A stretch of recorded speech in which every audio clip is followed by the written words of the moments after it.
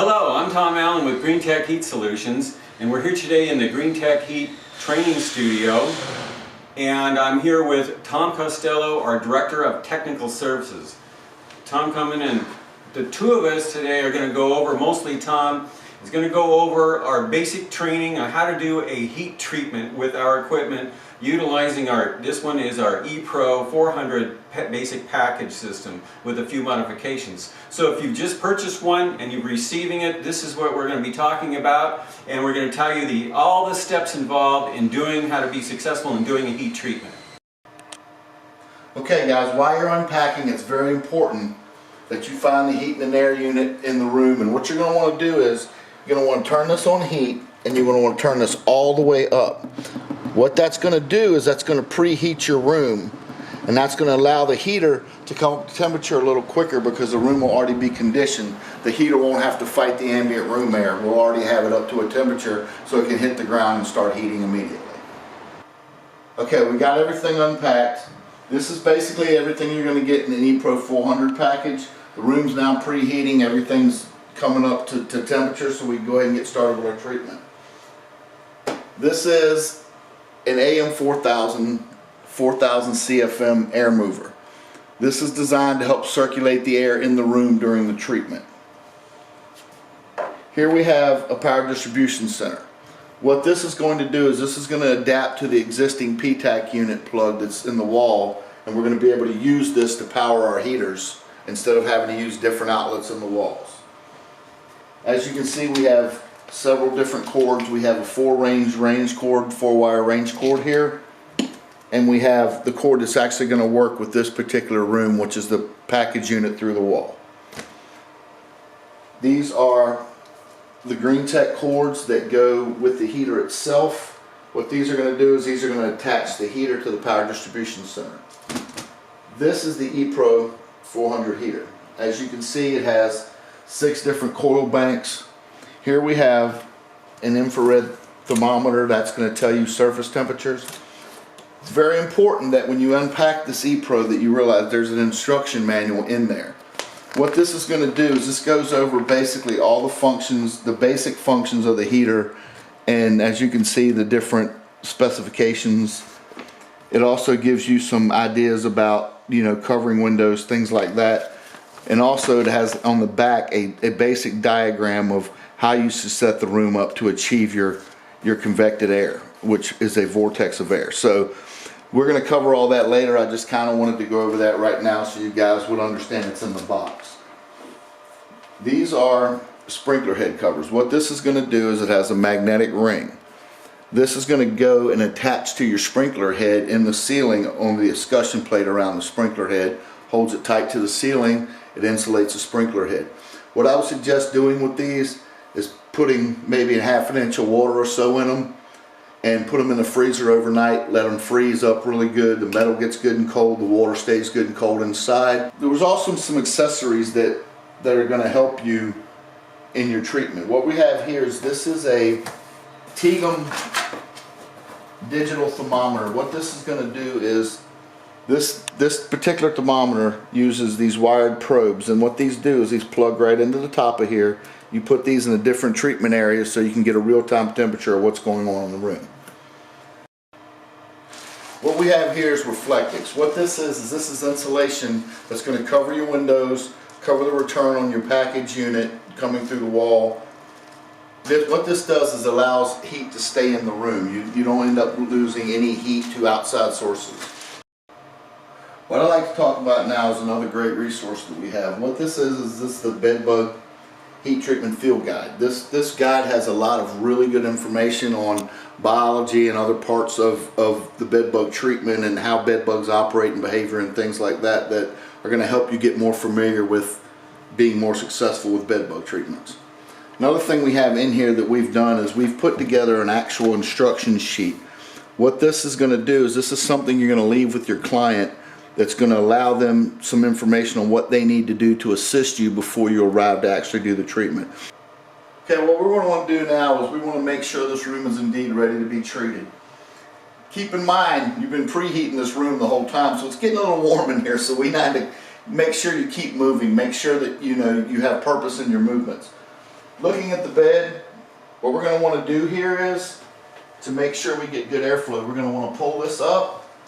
We're going to take an aeration crate, a milk crate, you know, something that's air can pass through. What we're going to want to do is we're going to want to lift this mattress, and we're going to want to put this crate between the mattress and box spring. What that's going to do, you want to do that on both ends. What that's going to do is that's going to allow the air to pass through. Also, you want to take your bed skirt and you want to tuck it in to the crates. So what that's going to do is that's not going to allow any heat to be blocked by the bed skirts or sham or whatever they may have. But as you can see, the bed's pretty high up off the ground, so you're going to get good air penetration, you're going to get good heat penetration underneath the bed. That's what you're going to really want to pay attention to with the bed. You want to make sure you can get air around all the places bed bugs may be harboring. What we're going to do is we're going to go ahead and put this one at the top side just as we did the bottom. Now I have a question. So What's that? you don't take off this No, stuff? because what you're going to do is if you start stripping the bed, there's a good chance you're going to either get the bed bugs on you, or you may relocate them to another place. But it's the same rule like you mentioned before with you don't really want to take anything out of here. Right. You want to try to leave as much stuff in the unit as you possibly can. Just go ahead and center that up. What you're going to want to do is you're going to want to balance this mattress so that you That's got. one way, and obviously if I have 4 of these or 3 or 4, it's easier to do. Yeah. And these were the type of crates that, well, we call them dairy crates or something, because they're strong and they have the holes in them so the air flows. Correct. So what will be able to So it's happen? not a box. No. Because we don't want to use a box. We want something that air flows. You need something that air is going to be able to pass through, because the rule of heat treatments are if air can't get there, heat can't get there. So if you have an air obstruction, it's obviously going to obstruct your heat, which is going to allow a cool spot, and the bed bugs are going to be able to survive. Okay, so basically our mattress and a box spring are set and ready at this point. Yes. to get the heat. So now we're going to move on to the rest of the room and see what we may want to do or may need to do to make sure we're successful. Okay, what's the next step we're going to The do? next step is going to be, we just want to basically look around, make sure we don't have any furniture sitting directly on the floor, but you can see we don't. We have a nice good space So I under have there. this. What Yeah, about go these ahead. drawers? You're going to want to just crack those open so that air is able to get in behind them. Okay. Yes, you just want to crack those open. Okay. And what that's going to do is it's going to cause convection. It's going to cause this entire piece of furniture to come up to heat. The next thing we're going to want to look at is you're going to want to look at your wooden surfaces. If you have a veneered surface or something that's not maybe solid wood and has a nice finish on it, something like this that's a metal base, you may want to go ahead and set this on the floor, because as this gets warm, it's going to conduct the heat. It may leave a ring or it may leave a permanent mark on the finish. So you're better to just go ahead and pick that up and just set it right in the floor. Yes, I'm questioning that everywhere there's layers of things, you want to make sure that the heat's penetrating. Yes, what you don't want to happen is you don't want a cold spot. You don't want an area that stays cooler than the treatment air, because what can happen is if bed bugs find that area and there's enough of a temperature difference, they're going to be able to survive the treatment. So what we want to do is make sure the treatment air saturates everything in the room. Everything. And what about items on the floor? I know some of these items in this room have legs and there's airspace, but like there's a trash can that lays flat on the floor, or any objects like that. What do you do with those? What would you want to do with this is, once the room gets warm and you got some heat going in here, and say you're around 110, 115 degrees or so, you're going to want to just take this and just move it off its spot. Because what it is that the only area that's going to be cooler is the spot right underneath it. If you just move it off of the spot it's on onto an already heated spot, or an area of the floor that's already been saturated with heat, then you're not going to have an issue of bed bugs being able to get under there. Right, okay. If you have furniture sitting directly on the floor, that's another case where milk crates are going to come in handy. You're going to be able to pick that stuff up. This milk crate's going to be sturdy enough that you'll be able to set it on the crates, or you can use 4-inch PVC pipe and use it as a spacer. Take you a 1-inch paddle bit, drill a hole through the PVC so you have air passing through the PVC as a spacer. Oh, that's a nice idea. So I'm starting to get the picture now of understanding how you open things for airflow, but Yes. you don't want to remove everything necessarily, except for the tender items. You Right. mentioned plants and Yes. and some valuable items, or remove them off the surfaces of the table Yeah, in the because dining room or something. Right. What you want to understand is the more stuff that you take out of this room, the better chance you have of relocating the bed bugs to another area. So what we want to do is keep as much stuff in here as we possibly can, because the more stuff in here that can get heat on it, the more chance we're going to have of eradicating the infestation. What about, we want to treat, what about the vacuum cleaner and stuff like that? Most vacuum cleaners, if they're bagless, they're not going to be that much of an issue. If you do have a vacuum cleaner that has the disposable bags and you know the room is infested, or you have a problem, you're going to want to go ahead and get rid of that bag as soon as you do that. The other thing you want to go and pay attention to, especially in hotels, are your housekeeper's cart.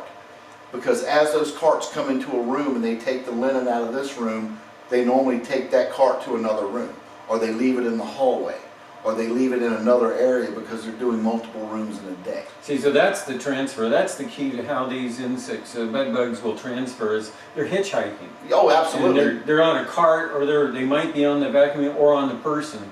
Okay, I understand that. Well, thank you on that one. So let's go to the next step. Okay, we've spaced the bed out. Everything here is ready to go. There's only one more thing that we really need to pay attention to. See how you have these tucks and folds on this bed skirt, how it sits directly on the ground? What we're going to want to do with that is kind of just roll it up and tuck it, just so air is able to get underneath there and it's not touching the ground. What that's going to do is that's going to allow the heat to penetrate all of the fabric.